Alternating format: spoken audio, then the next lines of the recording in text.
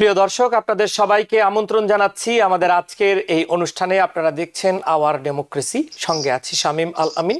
এবং আজকেও আমরা বরাবরের মতো বেশ কয়েকটি দেশ বিদেশের আন্তর্জাতিক খবর নিয়ে এবং দেশের খবর নিয়ে আলোচনা করব। আশা করছি গোটা সময়টু জুড়ে আপনারা আমাদের সাথেই থাকবেন। আমরা শুরুতেই আমাদের যারা অতিথি আছেন আপনাদের সাথে পরিচয় করিয়ে দিই। আমাদের সাথে আছেন আমাদের খুবই প্রিয় সিনিয়র সাংবাদিক সৈয়দ মোহাম্মদুল্লাহ।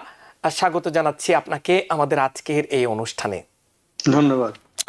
একই সঙ্গে আমাদের সাথে নর্থ ক্যারোলিনা থেকে যুক্ত হয়েছেন ইউনিভার্সিটি অফ নর্থ ক্যারোলিনার ফাইন্যান্সের professor doctor Nakibur Rahman. Doctor Nakibur Rahman, আপনাকে স্বাগত জানাচ্ছি আজকের এই আয়োজনে।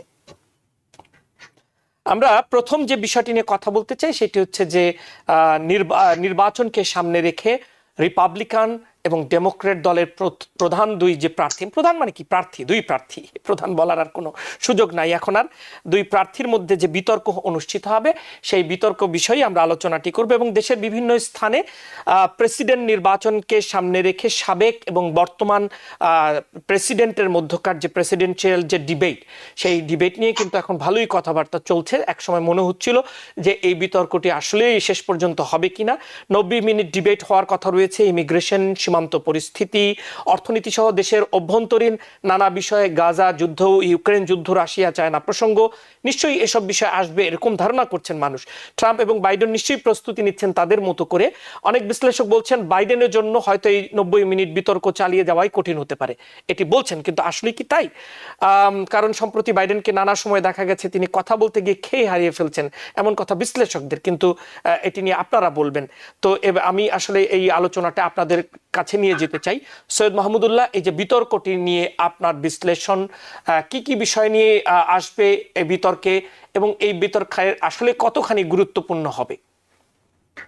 আপনাকে অনেক ধন্যবাদ। আপনি সামারিতে মোটামুটি আইডিয়া দিয়েছেন। কথা হচ্ছে, হ্যাঁ, বিতর্ক অত্যন্ত গুরুত্বপূর্ণ দুইজনের জন্যই। এখন বিতর্কে জাতীয় গুরুত্বপূর্ণ সব বিষয় আসবে, ইমিগ্রেশন বিষয় আসবে, অর্থনীতির বিষয় আসবে, সবকিছু আসবে। আন্তর্জাতিক প্রসঙ্গ আসবে, ইউক্রেন যুদ্ধ আসবে, গাজার যুদ্ধ আসবে।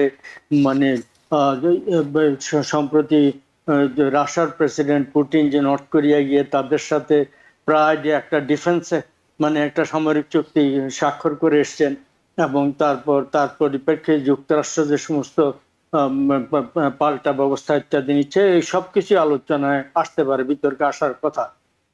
কিন্তু সমস্যা যেটা সেটা আপনি বলছেন ভীতি এবং আতঙ্কের কারণ, যে বিশেষ করে ডেমোক্রেটিক মহলে এবং এমনকি রিপাবলিকান পার্টির সমস্ত লোকজন, একটা অংশ তো রিপাবলিকান পার্টির আছেন যারা আর ট্রাম্প আবার প্রেসিডেন্ট হন এটা চান না। তারাও আতঙ্কে ভুগছেন যে এবার বাইডেন যদি প্রচন্ড ভুল করেন বা তার কোনো কথাবার্তা বলতে আমতা আমতা করেন, যদি দেখা যায় যে বয়সের ভারে তিনি নুব্জ, তিনি কথা খেয়ে হারিয়ে ফেলছেন, ওলট পালট করে ফেলছেন, এই সমস্ত যদি তার দুর্বলতা ধরা পড়ে, তাহলে জনগণের ভিতরে তার সম্পর্কে ধারণা হবে যে তিনি আর প্রেসিডেন্ট পদের যে গুরু দায়িত্ব সেটা পালনে সক্ষম না। ফলে তিনি ভুল তার উত্তরের চাইতে বেশি কথা, উত্তরের উপরে তো অনেক কিছু নির্ভর করবে। উত্তর সঠিক না দিলে বেঠিক যদি বেশিরভাগ লোক মনে করেন সেটা এক ধরনের রিয়েকশন। কিন্তু যদি এমনই হয় যিনি দায়িত্ব পালনের যোগ্যতা সম্পর্কে লোকের সন্দেহ হয়ে যায়, সেটি হচ্ছে বড় আতঙ্কের কথা। রিপাবলিকানদের মধ্যে যারা তাদেরটাকে অন্তত ট্রাম্পের বিরোধী, তারা এটা চান। কিন্তু ডেমোক্রেটিক মহলে একেবারে আতঙ্ক বিরাজ করছে। প্রেসিডেন্টকে ইতিমধ্যে তার বিশেষ কয়েকজন উপদেষ্টা, তিনি প্রায় এক সপ্তাহের বেশি থেকে প্রিপারেশন নিচ্ছেন, প্রস্তুতি নিচ্ছেন। একজন ট্রাম্প সেজে তার পাল্টা বক্তব্য দিচ্ছেন এই ধরনের। তিনি ক্যাম্প ডেভিড, প্রেসিডেন্ট একটা জায়গা আছে ওইখানে, হিলির একটা জায়গা ওয়াশিংটন ডিসির কাছে, সেখানে মাঝে মাঝে যান, প্রেসিডেন্সিয়াল রিট্রিট। সেখানে তিনি এই প্রস্তুতি নিয়ে চলেছেন। হোয়াইট হাউসের ভিতরের চাইতে ওখানে বেশি ইচ্ছা। এবং সমস্ত প্রস্তুতি নেওয়া সত্ত্বেও গত কয়েক বছরে আমরা বেশ কয়েকবার দেখেছি প্রেসিডেন্ট কথাবার্তায় একটু খেই হারিয়ে ফেলেন বাইডেন। এমনকি ট্রাম্পের ক্ষেত্রেও কয়েক ক্ষেত্রে তার স্মৃতি বিভ্রাটের ঘটনা আমরা দেখেছি। কিন্তু বাইডেনের ক্ষেত্রে সেটা একটু বেশি দেখা গেছে। এই একটা। আরেকটা হচ্ছে একবার তিনি একটা স্টেজে মঞ্চে পড়ে গেছিলেন, আর একবার তিনি প্রেসিডেন্টের যে মানে প্রেসিডেন্সিয়াল এয়ারক্রাফট এয়ারফোর্স ওয়ান তার যে বিমান, সেটাতে উঠতে গিয়ে তিনি কয়েকবার হোঁচট খেয়েছিলেন, পড়ে পড়ে যাচ্ছেন, আবার ধরে ধরে উঠতে। তো এইগুলা লোকের ভিতরে এইরকম যদি স্টেজে তিনি আমতা আমতা করেন, তিনি পড়ে যান, তাকে দুর্বল দেখা এবং যেটা বারবার বলছিলাম কনফিউজ মনে হয়, তাহলে সেটা আতঙ্কের ব্যাপার।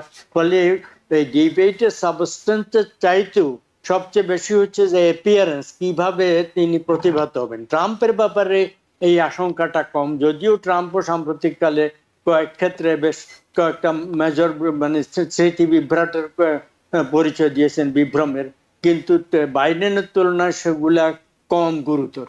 জি, ধন্যবাদ। আমরা আসবো আপনার কাছে ডক্টর নকিবুর রহমান। আপনার কাছে প্রশ্নটি তো নিশ্চয়ই এটি আছে, ওভারঅল আপনি একটা আলোচনা নিশ্চয়ই করবেন।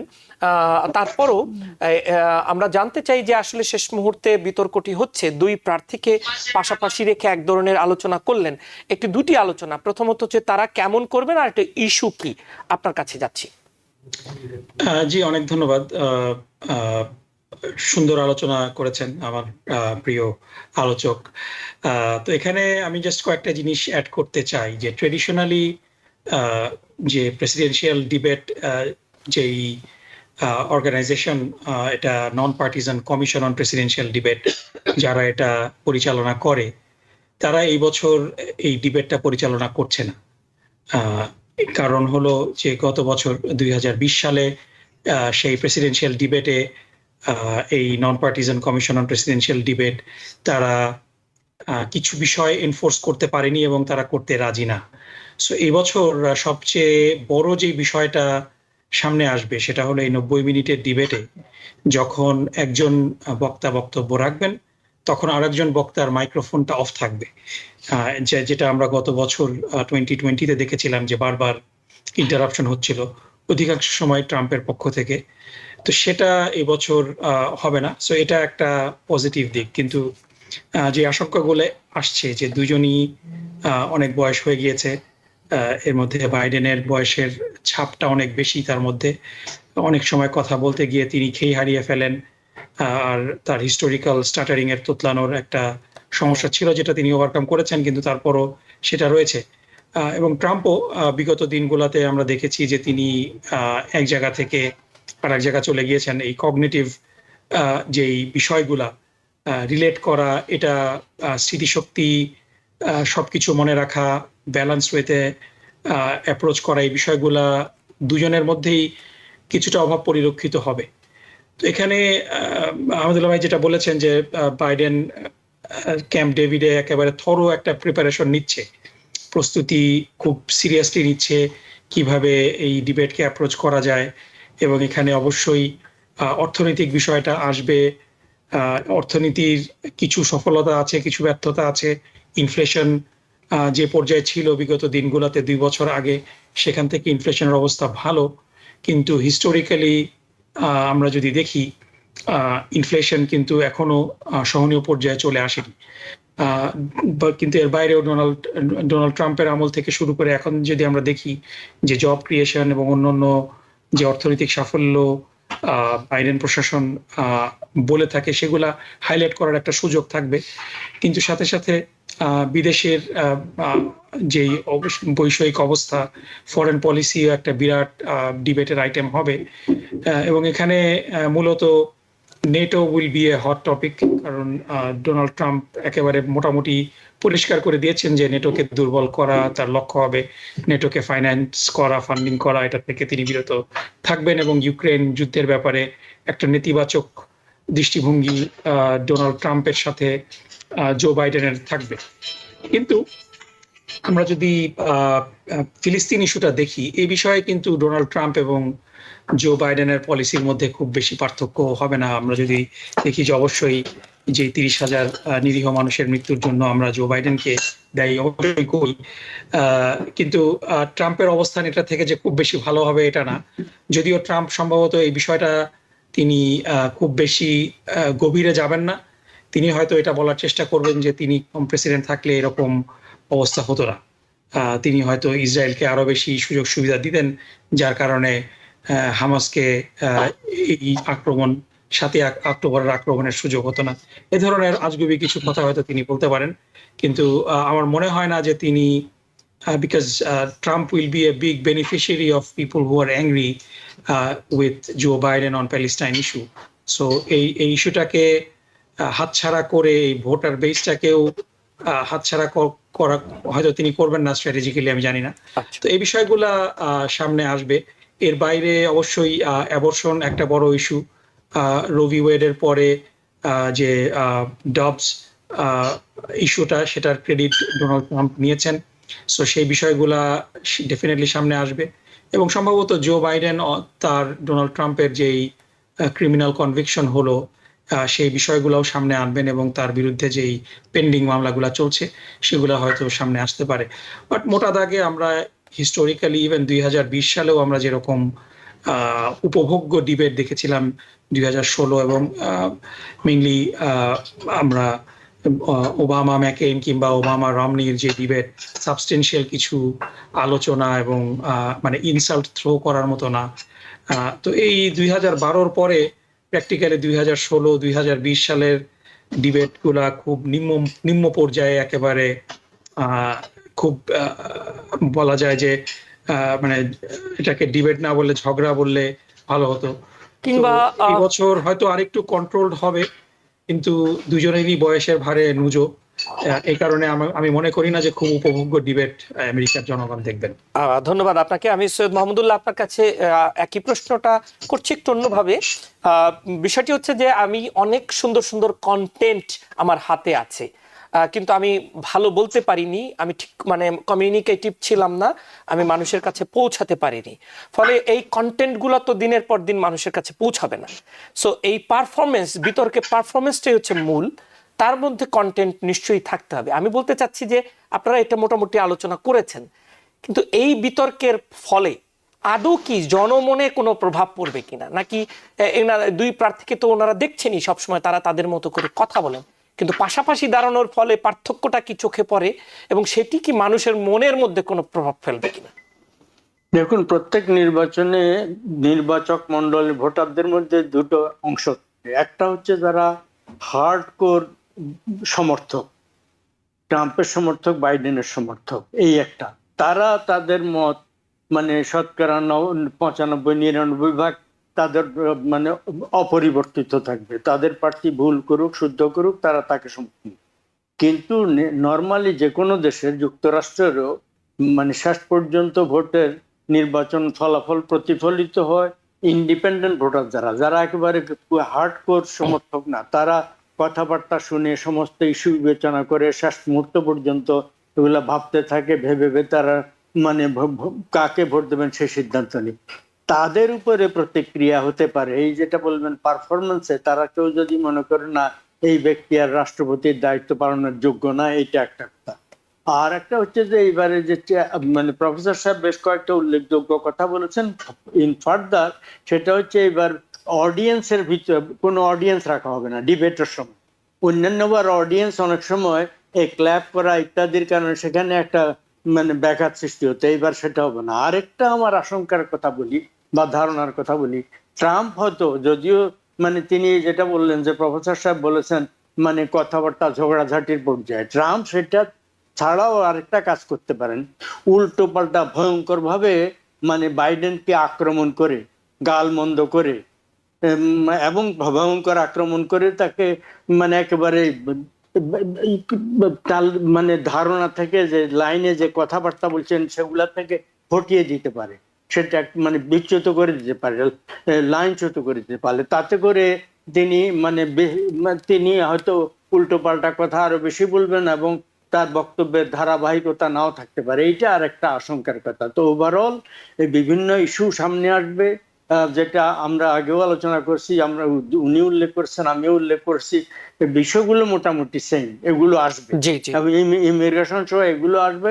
এবং মানে মধ্যপ্রাচ্যের ব্যাপারে যদিও দুইজনই একমত। আরেকটা কথা আমার উল্লেখ করা উচিত, আমাদের তৃতীয় বিশ্বের লোক যারা বাইডেনের পারফরমেন্সে, ফিলিস্তিনের সমস্যার ব্যাপারে বাইডেনের যে অন্ধ সমর্থন ইসরায়েলের প্রতি ইত্যাদি যে ধারণা হয়েছে আরব আমেরিকানদের মধ্যে, মুসলিম আমেরিকানদের মধ্যে, প্রগ্রেসিভদের মধ্যে, আফ্রিকান আমেরিকানদের একটা উল্লেখযোগ্য তরুণদের মধ্যে তাদের বিরূপ হয়েছে, কিন্তু একটা কথা সকলের স্মরণ রাখা উচিত।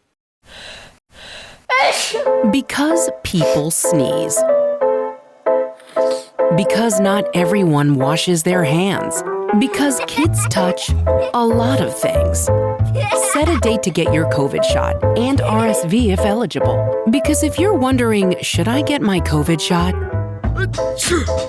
Think about other people.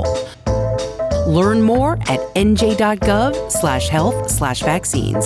যখনই ফাইনালি কোনো ভোটে কেউ সিদ্ধান্ত নিত, তাকে লেসার এভিল চিন্তা করতে হয়। কে আমার স্বার্থে, আমার কমিউনিটির স্বার্থে বা দেশের স্বার্থে আমি কম বিপজ্জনক মনে করি।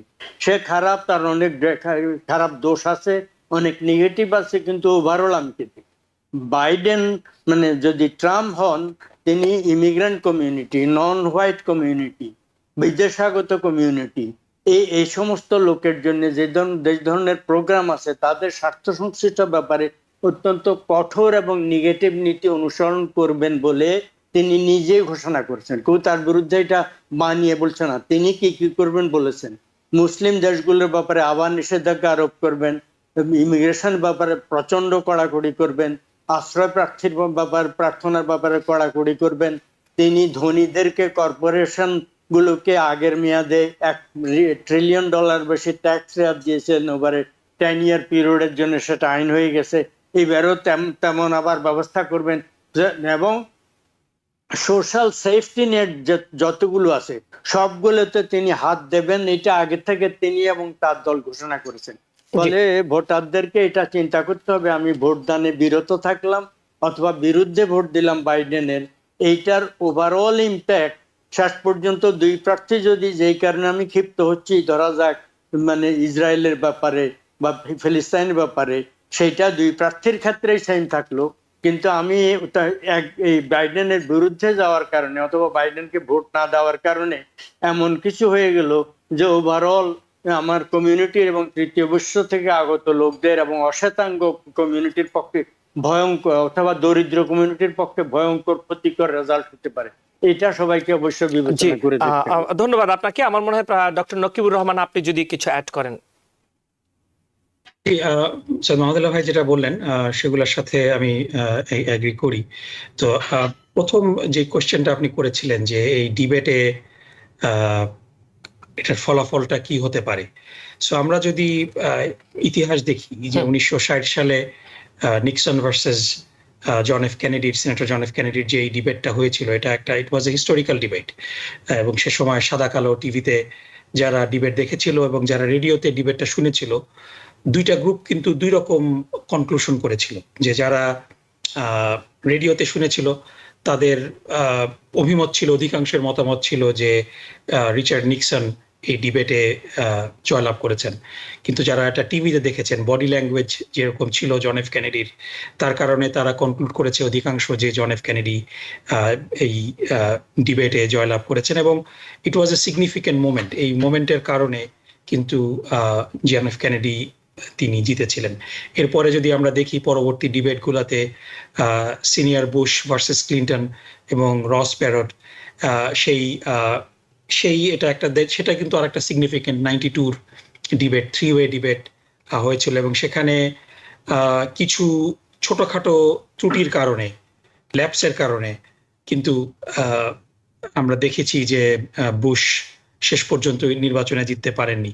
কারণ প্রত্যেকটা নির্বাচনেই কিছু ইন্ডিপেন্ডেন্ট ভোটার থাকে, তারা শেষ মুহূর্ত পর্যন্ত অবজার্ভ করার পরে তারা তাদের সিদ্ধান্তটা দেয়।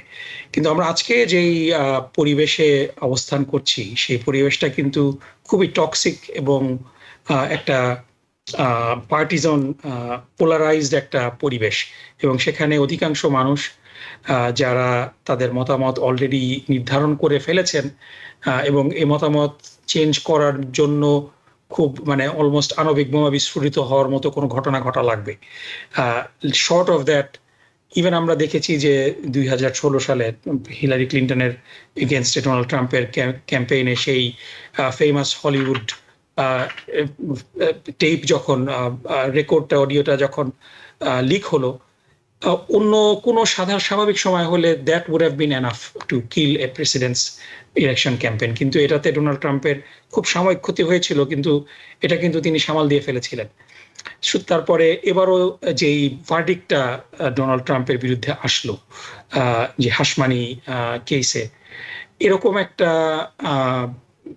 এরকম একটা ফেলনি মামলা যদি কোনো ক্যান্ডিডেটের বিরুদ্ধে আসে, যদিও তিনি এটার জন্য জেলে যাবেন না, ফার্স্ট টাইম কনভিকশন, এটার জন্য তিনি জেলে নর্মালি যাবেন না কিছু, বাট ইট ইজ এ ফেলনি, এটা একটা ফৌজদারি অপরাধ। তো এইরকম ফৌজদারি অপরাধ কোনো প্রেসিডেন্সিয়াল ক্যান্ডিডেটের বিরুদ্ধে হলে তার ক্যাম্পেইন শেষ হয়ে যাওয়ার কথা, কিন্তু আমরা দেখেছি যে এই ভার্ডিক্টের পরে ডোনাল্ড ট্রাম্প রেকর্ড পরিমাণ ফান্ড রেজ করেছেন। সো তার অর্থ যে এই ডিবেটের আউটকাম কি হলো এটা নির্বাচনে খুব বেশি প্রভাব ফেলবে না। আর আমি জাস্ট মোটা দাগে আর একটা কথা বলে আমি শেষ করব যে আমরা যদি দেখি যে ম্যাগি হেবারম্যান কয়েকদিন আগে, গতকালকে কিংবা তার আগের দিন নিউ ইয়র্ক টাইমসে একটা কলাম লিখেছেন যে যদি ডোনাল্ড ট্রাম্প প্রেসিডেন্ট ইলেক্টেড হয়, ম্যাগি হেবারম্যান, জনাথন সোয়ান এবং চার্লি স্যাভেজ, তারা একটা ডিটেল আলোচনা করেছেন যে যদি ডোনাল্ড ট্রাম্প প্রেসিডেন্ট হয় কি কি জিনিস আমরা দেখব। প্রথম জিনিস আমরা দেখব অবভিয়াসলি, এবং এটা কোনো মানে কনস্পিরেসি থিওরি প্রমোট করে না, in Donald Trump's own word, যে আমরা দেখব যে তিনি একটা ম্যাস ডিপোর্টেশন ক্যারি আউট করবেন, তিনি আইসের এজেন্টদের সংখ্যা বাড়াবেন এবং তারা মানে অলমোস্ট রেড বাড়িয়ে দেবে, প্রচুর ইমিগ্রেন্ট ডিটেনশন ক্যাম্প তৈরি হবে, তারপরে যেই অন্য দেশ থেকে অ্যাসাইলাম সিকার যে সংখ্যাটা আছে এটা একেবারেই কমিয়ে ফেলা হবে, এবং আবার ওই সেই মুসলিম ব্যানটা তিনি আবার রিইনফোর্স করার চেষ্টা করবেন, এবং তিনি যেটা খুব কঠিন কাজ হবে যে বার্থ রাইট সিটিজেনশিপ বন্ধ করার জন্য ডোনাল্ড ট্রাম্প দীর্ঘদিন ধরে কিন্তু বলে আসছেন, সেটার একটা চেষ্টা করবেন। তিনি তার সিম্প্যাথাইজড যেই লোকজন আছে তাদেরকে কিন্তু তিনি বিভিন্ন রকম স্টেট জাস্টিস, ডিপার্টমেন্ট অফ জাস্টিসে নিয়োগ করবেন, এবং তিনি জো বাইডেন এবং ডেমোক্রেটিক পার্টির বিরুদ্ধে বিভিন্ন রকম ইনভেস্টমেন্ট কিন্তু শুরু করবেন, এবং তার যারা রিপাবলিকান পার্টির ভিতরে কিংবা ডেমোক্রেটিক পার্টিতে যারা তাকে অপছন্দ করে, এর আগে তার সাথে বিতর্কে জড়িয়েছে, তাদের বিরুদ্ধে কিন্তু তিনি ইনভেস্টিগেশন শুরু করবেন, সাংবাদিকদেরকে তিনি টার্গেট করবেন। তারপরে যদি আপনি দেখেন যে প্রেসিডেন্সিয়াল ক্ষমতা, তিনি বিভিন্ন রকম ইন্ডিপেন্ডেন্ট এজেন্সিকে প্রেসিডেন্টের আন্ডারে নিয়ে আসতে চেষ্টা করবেন। তারপরে ইম্পাউন্ডিং ফান্ড, এটার প্র্যাকটিস তিনি শুরু করবেন। এমপ্লয়মেন্ট প্রোটেকশন, হাজার হাজার সিভিল সার্ভেন্টদের যেটা ছিল এটা তিনি শেষ করার একটা চেষ্টা করবেন। তিনি বিভিন্ন রকম ইন্টেলিজেন্স অফিসিয়াল তাদেরকে পার্জ করার চেষ্টা করবেন। তিনি এমন লয়ারদেরকে নিয়োগ দিবেন যারা মেগা এজেন্ডার সাথে সম্পৃক্ত, এবং এরপরে যদি আমরা ইকোনমিক অবস্থাগুলো দেখি যে তিনি ইউনিভার্সাল বেসলাইন ট্যারিফ ইমপ্লিমেন্ট করার চেষ্টা করবেন, তিনি ডেফিনেটলি চায়নার সাথে আবার ট্রেড ওয়ারে জড়িয়ে পড়বেন, বিভিন্ন রকম বিজনেস ইন্টারেস্ট তিনি কমিয়ে দেওয়ার চেষ্টা করবেন, তিনি যেই ট্যাক্স কাটগুলো আছে সেটা আরেকটু এক্সটেন্ড এবং এক্সপ্যান্ড করার চেষ্টা করবেন। ধন্যবাদ। আর সাথে সাথে সবশেষ বলবো যে তিনি ন্যাটোকে আন্ডারমাইন করার একটা পরিকল্পনা। ধন্যবাদ আপনাকে। মোটামুটি ডিটেল ম্যাগি হেবারম্যান বলেছেন। সো এই জিনিসগুলা কিন্তু এই ডিবেটে উঠে আসবে, এবং তিনি এই ব্যাপারে কোনো রকম লুকোচুরি কিন্তু করবেন না, এবং এটার কারণ হলো তার বেসটাকে তিনি আরেকটু এনার্জাইজ করার চেষ্টা করবেন। আপনি মোটামুটি অনেকটাই বিশ্লেষণ করলেন। আরেকটি প্রশ্ন এসেই যায়, সেটি হচ্ছে যে এই মানে আমরা তো মোটামুটি জানি যে জো বাইডেনের সাথে কামালা হ্যারিস তিনি ভাইস প্রেসিডেন্ট, কিন্তু এখন পর্যন্ত সৈয়দ মাহমুদুল্লাহ আপনি কি বুঝতে পারছেন যে কে ভাইস প্রেসিডেন্ট হতে পারেন যদি ডোনাল্ড ট্রাম্প নির্বাচিত হন, বা রানিং মেট কাকে করবেন তিনি? এখনো তো তিনি অ্যানাউন্স করেননি। বেশ কয়েকজনকে উনি নিজেই মানে মনে হয়তো উনি একটা সিদ্ধান্ত নিয়ে থাকতে পারেন, কিন্তু কয়েকজনকে তিনি এমন ইশারা দিচ্ছেন যে তোমাকে আমি বিবেচনা করছি, ফলে সেটাও একটা খেলা, ভিতরে অন্তর্নিহিত খেলা চলছে। বেশ কয়েকজন সামনে গেছেন, কিন্তু যাদেরকে তিনি বিবেচনা করছেন তারা সবাই তার মতোই খুব এক্সট্রিমিস্ট।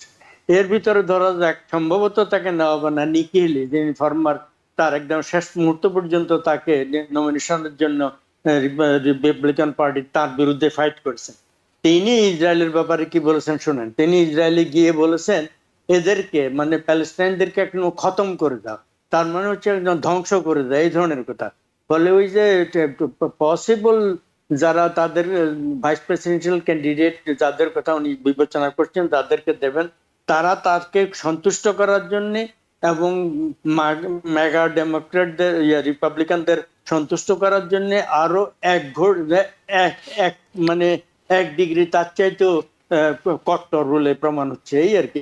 না, এখানে আমি একটা নিউজের কথা আপনাকে একটু তুলে ধরি। এনবিসি নিউজের একটি রিপোর্টে অবশ্য সম্ভাব্য 3 জন প্রার্থীর নাম এখানে ওরা দিয়েছে। এটা কতখানি কি হবে আমরা জানি না, এবং ট্রাম্প সরাসরি কারো নাম উল্লেখ না করে বলেছেন এখন পর্যন্ত তার ভাষায় আমার পছন্দের বিষয় কেউ জানে না তার, এবং আমি মনে করি এক্ষেত্রে অনেক লোক আছে, এটা তিনি বলেছেন আর কি, তারা সেখানে থাকবেন, তার মানে বিতর্কের সময়ও তারা সেখানে থাকবেন আর কি, এটি তিনি বলেছেন। এবং নামগুলো হচ্ছে এরকম: নর্থ ডাকোটার গভর্নর ডগ বার্গাম, ওহাইওর সেনেটর জেডি ভ্যান্স এবং ফ্লোরিডার সেনেটর মার্কো রুবিও। এই 3 জনের নাম এখানে এই রিপোর্টে, এনবিসি নিউজের এই রিপোর্টে উল্লেখ করা হয়েছে। আমার মনে হয় ডক্টর নকিব আপনি কি কিছুটা যুক্ত করতে চান কোনো একটি নাম, তারপর আমরা অন্য একটা আলোচনায় চলে যাই। জি, যেটা মাহমুদুল্লাহ ভাই যেটা বলেছেন, কিন্তু নিকি হেলির সম্ভাবনাটা মনে হয় এখন একটু কম, যদিও সবাই চেষ্টা করছে। এখন আমরা যদি দেখি যে ডোনাল্ড ট্রাম্পের যেই মামলা চলছিল, বিচার যখন চলছিল ম্যানহাটনে, তখন এই লোকগুলা যারা ভাইস প্রেসিডেন্টের জন্য আমি বলি যে অডিশন দিচ্ছে, তারা কিন্তু গিয়ে ডোনাল্ড ট্রাম্পের এই আদালতের হিয়ারিং এর সময় উপস্থিত ছিলেন। আপনি যদি আমাকে 6 মাস আগে জিজ্ঞেস করতেন তাহলে আমি মানে চোখ বন্ধ করে বলতাম যে Marjorie Taylor Greene probably would be Donald Trump's most loyal person এখন পর্যন্ত, এবং তাকে ডোনাল্ড ট্রাম্প হয়তো ভাইস প্রেসিডেন্টের জন্য পিক করবেন। কিন্তু ডোনাল্ড ট্রাম্প কিন্তু খুব বেশি মানে আমরা তাকে বিভিন্ন কথাবার্তার সময় মনে হয় যে তিনি কিছু বোঝেন না, তিনি একজন বেয়াকুফ টাইপের মানুষ, কিন্তু তিনি কিন্তু খুব ক্যালকুলেট করে কাজ করেন। তিনি যে সমস্ত মুখ ফসকে কথা বলেন, সেই মুখ ফসকে কথা বলার পিছনেও তার কিছু উদ্দেশ্য থাকে। সুতরাং আমরা যদি দেখি যে ডোনাল্ড ট্রাম্প এমন একজনকে ভাইস প্রেসিডেন্ট করবেন যিনি ডোনাল্ড ট্রাম্পের অবস্থাকে কমপ্লিমেন্ট করে, এবং সেদিক থেকে দেখলে মার্জেরি টেইলর গ্রিন এবং ডোনাল্ড ট্রাম্পের বেজ একেবারেই আইডেন্টিক্যাল। তারা একজন আরেকজনকে কোনোভাবে কমপ্লিমেন্ট করে না, basically they replace each other. সুতরাং মার্জেরি টেইলর গ্রিন যদিও এখনো পর্যন্ত আশা করেন, পুশ করছেন, কিন্তু তার সম্ভাবনা কমে গিয়েছে। রিসেন্টলি আমরা যদি দেখি যে অধিকাংশ লেখালেখির মধ্যে, এবং আমরা যদি আমরা অধিকাংশ রিপোর্টগুলা পড়ি, সবচেয়ে প্রমিনেন্সি পাচ্ছে হলো জেডি ভ্যান্স, যিনি ওহাইওর সিনেটর। হিলবিলি ইউলজি বইটার লেখক, এটা নিয়ে নেটফ্লিক্সে একটা মুভিও হয়েছে। তো সেই ফার্স্ট টাইম সিনেটর, তিনি ডোনাল্ড ট্রাম্পের একজন সমালোচক ছিলেন, কিন্তু পরবর্তীতে ডোনাল্ড ট্রাম্পের ছেলে ডন জুনিয়রের সাথে তার বন্ধুত্বের পরিপ্রেক্ষিতেই তিনি তার সেনেট নমিনেশন কনফার্ম করেছেন, এবং ট্রাম্পের ইনার সার্কেলের মধ্যে সে একজন খুব অন্যতম, and he is a really smart person. সে ইয়েল ল স্কুল থেকে পড়াশোনা করেছে। সো জেডি ভ্যান্স ট্রাম্পের ইনার সার্কেলে খুব ট্রাস্টওয়ার্থি একজন মানুষ। এর বাইরে যার নাম আসছে খুব বেশি, তিনি হলেন, অনেকগুলো নামই আসছে অনেক জায়গায়, সাউথ ক্যারোলাইনার আফ্রিকান আমেরিকান সেনেটর যিনি স্কট, তার নামও কিন্তু আসছে। কিন্তু আমি ডোনাল্ড ট্রাম্পের ইতিহাস এবং ডোনাল্ড ট্রাম্পের যত ধরনের ডিসিশন মেকিং আমি দেখি, যে Donald Trump definitely panders minority, কিন্তু তিনি মানে he is a racist person to his bone. সুতরাং টিম স্কটের সম্ভাবনা যতই লোকজন বলুক, আমার মনে হয় না যে তিনি স্কটকে ভাইস প্রেসিডেন্ট নমিনি হিসাবে নমিনেট করবেন। এর বাইরে খুব লং শট একজনের নাম এখন আসছে, যিনি হলেন মার্কো রুবিও, ফ্লোরিডার সেনেটর, যিনি ডোনাল্ড ট্রাম্পকে খুবই সমালোচনা করেছিলেন এবং ডোনাল্ড ট্রাম্পকে হেনস্থ করেছিলেন প্রাইমারিতে 2016-তে 2020-এ। কিন্তু ইদানিং ইনার সার্কেলে ডোনাল্ড ট্রাম্পের খুব আস্থার জায়গায় তিনি এসছেন, এবং সবচেয়ে বড় কথা হলো যে ডোনাল্ড ট্রাম্পকে কমপ্লিমেন্ট করার যে জায়গাটা আসছে, যে mega base Donald Trump cover করছেন, কিন্তু যদি ইলেকশনে জিতা দরকার হয় তখন তাকে কিছু কঠিন জায়গায় জিততে হবে, যেরকম পেনসিলভেনিয়া, মিশিগান, তারপরে অ্যারিজোনা, নেভাডা। মিশিগানে ল্যাটিনো পপুলেশন খুব বেশি না, কিন্তু একজন ল্যাটিনো ক্যান্ডিডেট, যদিও ল্যাটিনোদের মধ্যে বিভিন্ন রকম ভাগ আছে, কিউবানরা মেক্সিকানদেরকে দেখতে পারে না, এবং অন্যান্য জায়গার মধ্যে কিছুটা বিভাজন রয়েছে। কিন্তু আপনি যদি দেখেন যে আমেরিকাতে ল্যাটিনো পপুলেশন কিন্তু দিন দিন বাড়ছে, তো সেই জায়গায় তাকেও উনি করতে পারেন। সেই জায়গায় অনেকেই মনে করে যে স্পেশালি 3টা জায়গায়, অ্যারিজোনা, পেনসিলভেনিয়া এবং নিউ মেক্সিকোতে, Marco Rubio can make a huge difference যদি তাকে ভাইস প্রেসিডেন্ট করা হয়। কিন্তু আমি আপনাকে গ্যারান্টি দিয়ে বলতে পারি যে যাদের কথা আসছে, ডোনাল্ড ট্রাম্প হয়তো তাদের কাউকেই এটা করবেন না, আমাদের এটা সবার জন্য একটা সারপ্রাইজ। ধন্যবাদ আপনাকে। পেন্সের কথা কিন্তু কেউ চিন্তা করেনি। একটা আমি এটা বলে শেষ করছি যে ইন্টারেস্টিং বিষয় এই ইলেকশনে, যে আপনি যদি দেখেন যে ডোনাল্ড ট্রাম্পের বিগত প্রশাসনে যারা ক্যাবিনেট পজিশনে হোল্ড করছিলেন এবং যারা ভাইস প্রেসিডেন্ট ছিলেন লাইক মাইক পেন্স, তাদের মধ্যে একজন ব্যক্তিও কিন্তু এখন পর্যন্ত ডোনাল্ড ট্রাম্পকে এন্ডোর্স করেননি। So this is something really big, যেটা হয়তো আমার মনে হয়। ধন্যবাদ আপনাকে সৈয়দ মাহমুদুল্লাহ। আপনি কি বিরতিতে যাবার আগে এই বিষয়ে আর কিছু যুক্ত করতে চান? না, মনে হয় এক্সহস্টিভ আলোচনা হয়েছে, আর কিছু বলার তো নেই। আমরাও দেখলাম যে আসলেই মানে তাহলে ডক্টর নকিব, আপনি কি শেষের দিকে আরো দু একটি নাম বলতে চাচ্ছিলেন, এরকম কিছু কি? না, আমার মনে হচ্ছে যে এই নামগুলো, এর বাইরে সাউথ ডেকোটার গভর্নরের নাম এসেছে, আরো কিছু নাম এসেছে, নিকি হেলির কথাও কেউ কেউ বলছে, কিন্তু নিকি হেলি মানে ডোনাল্ড ট্রাম্পের সাথে যারা বিশ্বাসঘাতকতা করেন, মানে অনেকে আছে যারা প্রথম দিকে বিরোধিতা করেন কিন্তু চলে আসেন পরবর্তীতে, তাদেরকে ডোনাল্ড ট্রাম্প ক্ষমা করে দেন। কিন্তু ডোনাল্ড ট্রাম্প যাদেরকে পজিশন দিয়েছিলেন, যেমন নিকি হেলিকে তিনি অ্যাম্বাসেডর করেছিলেন ইউনাইটেড নেশনসে, কিন্তু সেখান থেকে নিকি হেলি যেভাবে ডোনাল্ড ট্রাম্পের বিরোধিতা করেছে, আমার মনে হয় না যে ডোনাল্ড ট্রাম্প যারা তার সাথে বিশ্বাসঘাতকতা করে তাদেরকে ক্ষমা করে দেয়, এটা এই নজির আসলে নেই। সেই হিসাবে আমার মনে হয় যে নিকি হেলির সম্ভাবনাটা কম। আচ্ছা, অসংখ্য ধন্যবাদ আপনাদের দুজনকে, আপনারা আমাদের সাথে আছেন। এরপরে আমাদের আর একটি বিষয় হয়তো আমরা স্পর্শ করতে পারবো, মধ্যপ্রাচ্য এবং ইউক্রেন ইস্যু। এটি নিয়ে আপনাদের মতামত শুনে শেষ করতে হবে। এই মুহূর্তে একটা বিরতিতে যেতে হচ্ছে, ফিরছি খুব শিগগিরই। Because people sneeze. Because not everyone washes their hands. Because kids touch a lot of things. Set a date to get your COVID shot and RSV if eligible. Because if you're wondering, should I get my COVID shot? Think about other people.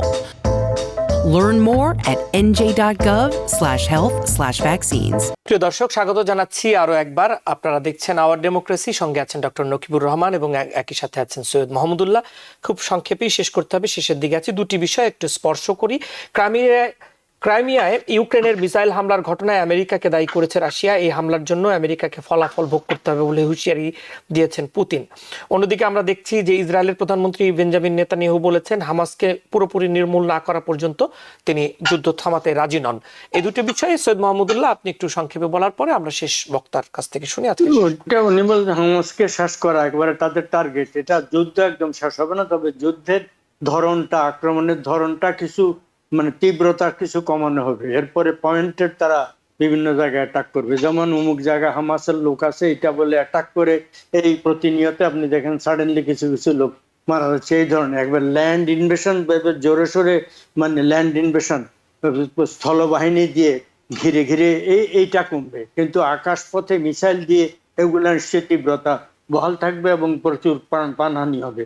তারা এটা করছে আরেকটা strategy নিয়ে, ওই যে হুতিদেরকে তারা attack করবে ইয়েমেনের, কিন্তু তার চেয়ে বড় হচ্ছে মানে লেবাননে যে হেজবুল্লাহ আছে তাদের উপরে অ্যাটাক প্রচন্ড ভাবে করার জন্য তারা তারা করছে, সুযোগ খুঁজছে। এবং সেইটাকে কেন্দ্র করে শেষ পর্যন্ত ইরানের সাথে যে যুদ্ধ বাঁধিয়ে দেওয়া না, কিছুদিন আগে তারা মানে একটা কৌশলগত কারণে যুক্তরাষ্ট্র বলেছে তারাও যায়নি, একটা নামমাত্র মুখরক্ষামূলক পাল্টা আক্রমণ করেছিল খুব সামান্য ইরানে। এরপরে এই যুক্তরাষ্ট্রের নির্বাচনে আসছে, সেই কারণে তার নিজের ক্ষমতা থাকার জন্য সে ধরনের কিছু করবে না, ইরানের সাথে যুদ্ধে জড়িয়ে পড়বে না, এইটা বলা মুশকিল ওইখানকার একটা কথা। আর পুতিন অলরেডি নর্থ কোরিয়ার সাথে পারমাণবিক চুক্তি করে এসছেন, সেইখানে যুক্তরাষ্ট্র তাদের নতুন নৌবহর একটা পাঠিয়েছে। আপনার এবং ক্রিমিয়াতে যে আক্রমণ, যুক্তরাষ্ট্র যে লেটেস্ট অস্ত্র দিয়েছে সেগুলা মানে রাশিয়ার ভিতরে অভ্যন্তরে হামলার জন্য পারমিশন দিয়েছে, অনেক দূর পর্যন্ত দেয়নি, কিছু মিলিটারি টার্গেটের উপরে হামলা করতে বলেছে। এখন ক্রিমিয়াতে হামলার কারণে রাশিয়া ক্ষুব্ধ হয়েছে, ফলে রাশিয়া ক্ষুব্ধ হয়ে যদি মানে নর্থ কোরিয়াকে আরো কিছু মানে অস্ত্র দেয় এবং নর্থ কোরিয়া এবং সাউথ কোরিয়ার মধ্যে যুদ্ধ শুরু হয়ে যায়, সেটা যাতে না হয় সেই জন্য জাপান এবং সাউথ কোরিয়া যুক্তরাষ্ট্র মিলে সেটা প্রতিরোধ করার জন্য ইতিমধ্যে একটা প্রতিরক্ষা ব্যূহ তৈরি করছে। কিন্তু তারপরেও ওইদিকে যদি আরেকটা উত্তেজনা সৃষ্টি করতে পারে, এইটা নানা কারণে শুনুন, যে কোনো সময় ইলেকশন মানে যখন ঘনিয়ে আসে তখন অনেক সময় অনেক দেশের নেতারা যুদ্ধের আশ্রয় নেন। যুদ্ধের আশ্রয় নিলে সিটিং নেতা যারা থাকেন ক্ষমতাসীন, সে মানে নেতানিয়াহু বা অন্য, কিন্তু সেটা তখন তাদের দেশের জনগণ অনেক সময় তাদেরকে সমর্থন করে, তাদেরকে ক্ষমতা রাখার চেষ্টা করে। ফলে নানা কারণে এই পরিস্থিতি এখন বেশ ঘোলাটে এবং বিপজ্জনক হয়ে উঠছে বলে আমার ধারণা। ধন্যবাদ আপনাকে। একদম শেষের দিকে আছি, ডক্টর নকিবুর রহমান। জি, মহোদয় যেটা বলেছেন তার সাথে জাস্ট আমি অ্যাড করতে চাই যে আজকে টাইমস অফ ইসরায়েলে একটা রিপোর্ট এসেছে, সেটা দুঃখজনক যে একদিকে অ্যান্টনি ব্লিংকন এই সিজফায়ার ডিল গোলপোস্ট চেঞ্জ করার জন্য হামাসকে তিনি দায়ী করছেন, অন্যদিকে পরিষ্কারভাবে নেতানিয়াহু আজকে টাইমস অফ ইসরায়েলের সাক্ষাৎকারে তিনি বলেছেন যে প্রেসিডেন্ট জো বাইডেন যে সিজফায়ারের প্রপোজাল পেশ করেছেন সেখানে দুইটা ফেজে, প্রথম ফেজে সাময়িক যুদ্ধবিরতি এবং তারপরে একটা পার্মানেন্ট সিজফায়ারের প্রপোজাল রয়েছে। কিন্তু নেতানিয়াহু পরিষ্কারভাবে বলেছেন যে তারা যে প্রপোজাল দিয়েছে সেখানে যুদ্ধ শেষ করার কোনো প্রস্তাব ছিল না, এবং এটা পরিষ্কারভাবে তার যে ওয়ার ক্যাবিনেট আছে সেই ক্যাবিনেটের সদস্যদের বক্তব্যের সাথেও কন্ট্রাডিক্ট করে। এম কে গাদি এসকনমত, একজন ক্যাবিনেট মেম্বার, তিনি পরিষ্কারভাবে বলেছেন যে এই ওয়ার ক্যাবিনেটে দুইটা অপশন নিয়ে কথা হয়েছে, একটা হলো যে পুরা ডিল অ্যাট ওয়ান্স অথবা একটা কম্প্রিহেন্সিভ ডিল ইন 3 স্টেজেস, যেটার কোনোটাই নেতানিয়াহু তার বক্তব্যে বলছেন না। সো তিনি তার নিজের ক্যাবিনেটের সিদ্ধান্তও মানছেন না। তো এ ধরনের বক্তব্য যখন নেতানিয়াহুর পক্ষ থেকে আসে, কিন্তু আমরা দেখি যে নেতানিয়াহুকে ব্লেম না করে আমাদের সেক্রেটারি অফ স্টেট হামাসকে কি কারণে দায়ী করছে আল্লাহ জানেন। এটা it doesn't give the picture of N honest broker.